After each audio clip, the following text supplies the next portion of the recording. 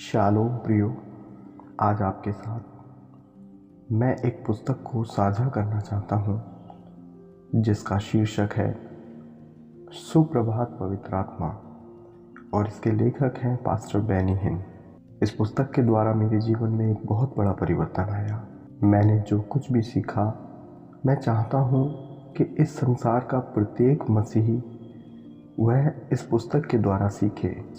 आज से मैं आपके साथ मिलकर यह पुस्तक पढ़ूंगा। सुप्रभात पवित्र आत्मा।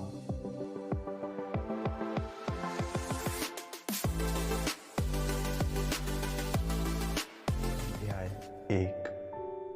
क्या मैं सचमुच तुझको जान सकता हूँ?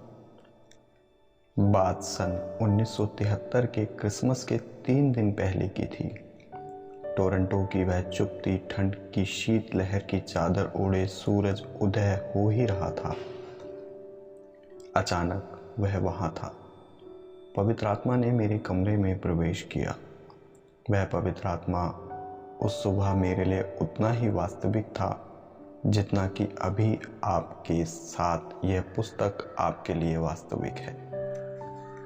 अगले 8 घंटों के लिए मुझे पवित्र आत्मा के साथ एक अविश्वसनीय अनुभव हुआ था।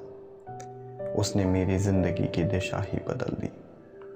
जैसे ही मैंने बाइबल खोली, आश्चर्य और आनंद के आंसू मेरे गालों को स्पर्श करते हुए लुढ़कने लगे और उसने मेरे सवालों के जवाब दे दिए।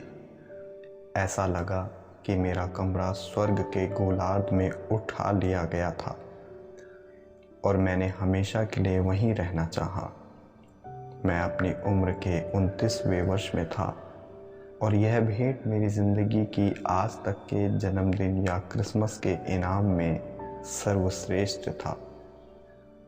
मेरे माता पिता नीचे हॉल में थे, पर वे शायद कभी नहीं समझ सकेंगे कि उनके बैनी पर क्या बीत रही थी। दरअसल अगर उन्होंने समझ लिया होता कि मैं क्या अनुभव कर रहा था, तो यह छिन्न भिन्न होकर बर्बादी के कगार पर खड़े इस परिवार के लिए काया पलट हो सकता था। करीब 2 वर्षों से जब से मैंने अपना जीवन यीशु को समर्पित किया, वस्तुतः मेरे माता पिता एवं मेरे बीच में कोई वार्तालाप ही नहीं था। यह बिल्कुल भयानक था। इज़राइल से एक अप्रवासी परिवार का पुत्र होने की हैसियत से मैंने एक परंपरा को तोड़कर अपने घराने को अपमानित किया था। इतनी बड़ी विध्वंसक घटना मेरे जीवन में इससे पहले कभी नहीं घटी थी। बावजूद इसके मेरे कमरे में असली आनंद ही आनंद रहा। हाँ, बिल्कुल अवर्णनीय। हाँ, अपार महिमा से परिपूर्ण। अगर आपने 48 घंटे पूर्व मुझे यह बतला दिया होता कि मेरे साथ क्या घटने जा रहा था, तो मैंने साफ कह दिया होता, कभी नहीं हो सकता। पर उसी पल से पवित्र आत्मा मेरे जीवन में जीवित हो गया। वह दूरवर्ती त्रिएक परमेश्वर का तीसरा व्यक्ति नहीं रह गया था। वह वास्तविक था। उसका एक व्यक्तित्व था। अब मैं उसके संबंध में आपके साथ बांटना चाहता हूँ। मेरे दोस्त, यदि आप पवित्र आत्मा के साथ एक व्यक्तिगत संबंध स्थापित करने को तैयार हैं, तो आप निश्चिंत हो जाएं कि आपका अतीत का स्वप्न सर्वोत्तम तरीके से पूरा होगा।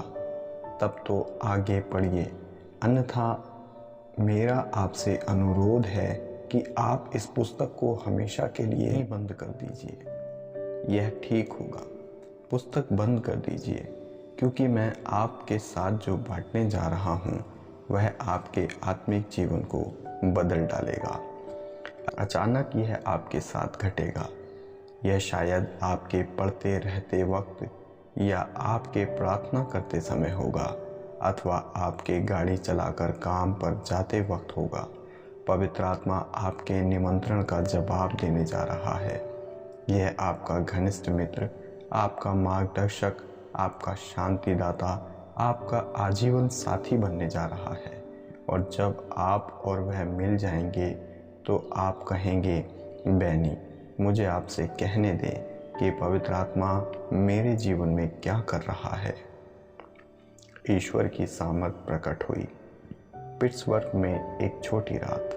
मेरे एक दोस्त जिम पॉइंटर ने मुझे उसके साथ एक किराए के बस में पिट्सबर्ग पेंसिल्वेनिया चलने को कहा। जिम फ्री मेथोडिस्ट का एक पास्टर है जिनके साथ मेरी मुलाकात एक गिरजाघर में हुई थी जहां मैं गया था।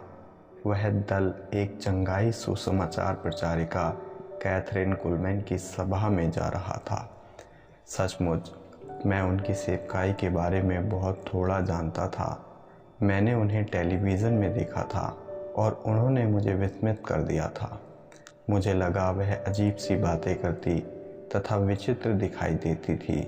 वास्तव में मुझे उनसे कुछ अपेक्षा नहीं थी, किंतु जिम मेरा दोस्त था तथा उसको मैं निराश नहीं करना चाहता था। बस में मैंने कहा, जिम, तुम कभी नहीं समझोगे कि इस यात्रा से संबंधित मेरे पिता के साथ मेरा कठिन समय रहा। सुनो, मेरे हृदय परिवर्तन के बाद माता पिता ने मुझे गिरजा संबंधी बातों से दूर रहने के लिए यथासंभव सारी कोशिशें की और अब पिट्सबर्ग की यह यात्रा, इसका कोई सवाल ही नहीं उठता था। पर बहुत अनिच्छा से उन्होंने अपनी अनुमति दी है। हमने गुरुवार की अति सुबह टोरंटो छोड़ा, जो मात्र 7 घंटों की यात्रा थी। एक अकस्मात बर्फीली तूफान की वजह से काफ़ी धीमी हो गई थी। हम लोग सुबह 1 बजे तक अपने होटल में नहीं पहुंचे थे। तब जिम ने कहा, बैनी, हमको सुबह 5 बजे उठना है। मैंने पूछा, इतनी सुबह 5 बजे किस लिए? उसने कहा कि हम लोग 6 बजे तक उस मकान के दरवाजे में नहीं पहुंचे तो हमें बैठने की जगह नहीं मिल सकेगी। अलबत्ता मैं यकीन ही नहीं कर सका।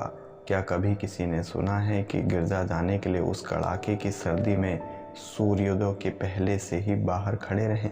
लेकिन उसने कहा, बस यही तो हमसे आशा की जाती है। चुपती ठंड थी। 5 बजे मैं उठ गया और मैं जितने पा सका उतने गर्म कपड़े पहन लिए। बूट, दस्ताने, काम के प्रयुक्त गर्म कपड़े इत्यादि। मैं एक एस्किमो दिख रहा था। हम लोग पिट्सबर्ग के निचले शहर के पहले प्रेस्बिटेरियन चर्च पहुंच गए, जबकि अब तक अंधेरा ही छाया था। किंतु यह देखकर मैं स्तब्ध रह गया कि सैकड़ों लोग वहां पहुंच चुके थे और फिर दरवाज़ा और 2 घंटों तक नहीं खुलने वाला था। छोटा कद होने के कुछ फ़ायदे हैं। मैं इंच इंच करके धीरे धीरे आगे दरवाजे की ओर खिसकने लगा।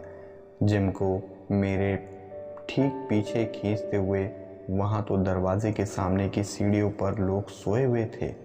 एक महिला ने मुझे बतलाया, वे तो रात भर से यहाँ पड़े हुए हैं। यहाँ हर सप्ताह ऐसा ही होता है। मैं वहाँ खड़ा रहा।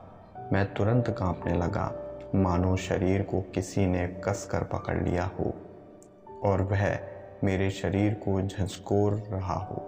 पल भर के लिए मैंने सोचा कि इस कड़ाके की शीत लहर मुझ पर असर कर रही होगी, परंतु मैंने गर्म कपड़े अच्छी तरह पहन रखे थे और बेशक मुझे ठंडा तो नहीं लग रहा था। एक अनियंत्रित कंपन मुझ पर यूं ही हावी हो गई थी। इसके पहले ऐसा कुछ कभी नहीं हुआ था और यह रुका ही नहीं। शर्म के मारे जिम से मैं बोल नहीं सका। मैंने अपनी सभी हड्डियों को कांपता महसूस किया। मैंने इसे अपने घुटनों और मुंह से महसूस किया। मुझे ये क्या हो रहा है? मैं विस्मित हुआ। क्या यह ईश्वर की शक्ति है? मैं कुछ भी नहीं समझ सका। चर्च की ओर दौड़। अब दरवाजे खोले जाने का वक्त हो रहा था और भीड़ ऐसे आगे बढ़ रही थी कि मैं आगे बढ़ ही नहीं सका। तब भी मेरी कपकपी रुकी नहीं थी। जिम ने कहा, बैनी, जब वे दरवाजे खुल जाएंगे तो तुम जितना तेज हो सके दौड़ना। क्यों? मैंने पूछा। यदि तुम नहीं दौड़ोगे तो भीड़ ठीक तुम्हारे ऊपर से दौड़ेगी। वह वहाँ इसके पहले भी आ चुका था और उसे मालूम था कि वहाँ क्या हाल हो सकता था। खैर, मैंने कभी नहीं सोचा था कि गिरजा जाने के लिए मुझे एक दौड़ दौड़नी होगी, पर यहाँ मैं सच में दौड़ रहा था। और फिर वे दरवाजे खुल गए। मैं एक ओलंपिक धावक की तरह चौकड़ी भरकर दौड़ने लगा। मैंने हर एक को पीछे छोड़ा, वृद्धाओं, जवान युवकों और सभी को। सामने की पहली पंक्ति पर पहुंचने में मैं कामयाब हुआ तथा मैंने बैठने की कोशिश की। एक स्वयंसेवक ने मुझे बतलाया कि आगे की कतार आरक्षित है। मुझे बाद में पता लगा कि कुलमैन के स्टाफ उस कतार हेतु लोगों को चुनते थे। वे पवित्र आत्मा के प्रति इतना संवेदनशील थी कि वे सकारात्मक, प्रार्थनाशील समर्थकों को ही सामने की पंक्ति में ठीक अपने सामने बैठा देखना चाहती थी। मेरी गंभीर हकलाहट समस्या के चलते मैंने सोचा कि उस स्टाफ से बहस बेकार होगी। तब तक दूसरी पंक्ति तो भर चुकी थी। फिर भी जिम और मैंने तीसरी पंक्ति में थोड़ी जगह पा ली। प्रार्थना सभा शुरू होने में 1 घंटा बाकी था, इसलिए मैंने अपने कोट, बूट और दस्ताने उतार दिए। मैं बैठकर आराम कर रहा था। मैंने पाया कि मैं पहले से ज़्यादा कांप रहा था। यह रुकने का नाम ही नहीं ले रहा था। ये कंपन मेरी बाहों, पांवों तक पहुंच रहे थे, जैसे कि मैं किसी मशीन से जुड़ा हूँ। यह अनुभूति मेरे लिए बिल्कुल नहीं थी। सच कहूँ, मैं डर गया था। जो ही आर्गन बजने लगा, मैं अपने शरीर के कंपन के अलावा और कुछ सोच ही नहीं सकता था। यह कोई बीमार भाव नहीं था। यह ऐसा भी नहीं था कि मानो मुझे सर्दी या वायरस ने जकड़ रखा था। वास्तव में यह जितना लंबा जारी रहा उतना ही ज़्यादा सुखद भी बन गया। यह एक असामान्य संवेदन था जो बिल्कुल भी शारीरिक नहीं था। ठीक उसी पल लगभग अचानक कैथरीन कुलमैन प्रकट हुई।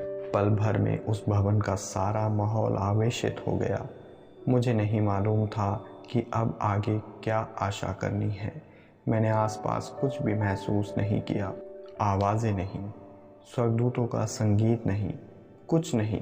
बस मुझे इतना ही मालूम था कि मैं 3 घंटों से कांपता ही जा रहा था। जैसे ही गाना आरंभ हुआ, वैसे ही मैंने अपने को कुछ करते देखा जिसकी मैंने कभी प्रतीक्षा भी नहीं की थी। ज्यों ही हाउ ग्रेट दो वार्ड, प्रभु महान, विचारों कार्य तेरे गाना आरंभ हुआ, मैं अपने पैरों पर खड़ा हो गया। मेरे हाथ उठे हुए थे और आंसू की झड़ियाँ गालों से होकर बहने लगीं।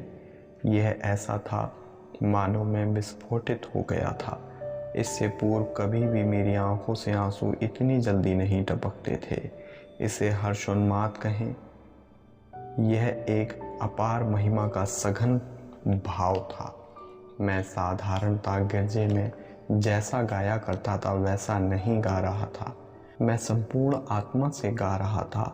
और जब मैं उन शब्दों पर आ गया, प्रशंसा होवे प्रभु यीशु की, तब वास्तव में वह मैंने अपनी आत्मा से गाया।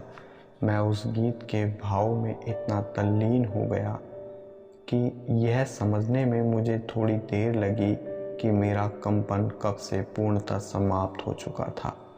लेकिन उस आराधना का माहौल बरकरार रहा। मुझे लगा कि मैं पूरी तरह रूपांतरित हो चुका था। मैं वह आराधना कर रहा था जो मेरे पूर्व के अनुभव से बिल्कुल भिन्न थी। यह तो एक वास्तविक आध्यात्मिक सच्चाई का आमना सामना होने जैसा था। अन्य किसी ने यह अनुभव किया या नहीं, पर मैंने किया। मेरे नए मसीही अनुभव में परमेश्वर ने मेरा स्पर्श किया, लेकिन उस दिन जैसा वह मुझे स्पर्श कर रहा था ऐसा कभी पहले नहीं हुआ था।